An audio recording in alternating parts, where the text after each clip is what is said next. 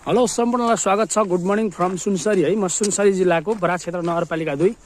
यो चाहिँ म पुनर्वासमा छु अहिले ठ्याक्कै बिहानको कति बज्यो भन्नुहुन्छ भने नि हजुरहरूले 7:50 को 8 बज्न लाग्यो। स्थिति यस्तो छ हेर्नु त, पुरै है मौसम चाहिँ कालो कालो हुँदै, अनि एक्लै यो घनाघोर जङ्गलमा हिँडिरहेको छु। कता कता डर पनि लागिरहेछ क्या होइन, अर्काको ठाउँमा के होला कसो होला होइन।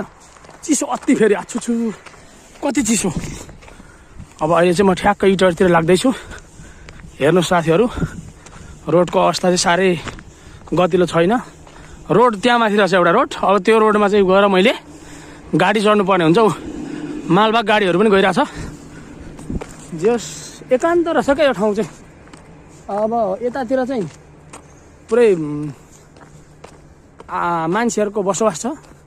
दाउरा घाँस गर्ने मान्छेहरू सायद आउनु भएको छैन होला। तपाईँहरूले भिडियो कहाँबाट हेर्दै हुन्छ? टेम्पो पनि गयो भनेपछि जस म सेफै छु है साथी हो। एकान्तमा रहेनछु भन्ने कुरा चाहिँ फिल भयो अहिले। आएर एकदम ज्याकेट स्याकेट टोपी लाउनु पर्छ। चिसो अति चिसो साथी हो, अति चिसो। यहाँ पार्टी प्रोग्राम कसैको रहेछ। यो रोडमा आएर चाहिँ मैले गाडी चढ्नु पर्ने हुन्छ। यहाँ चाहिँ रोड रहेछ। गाडीहरू बाइकहरू स्कुटी जे पनि सवारी साधनहरू चाहिँ यहाँबाट हिँड्दछ। ल यहाँबाट चाहिँ हामीले गाडी चढ्नु पर्ने हुन्छ।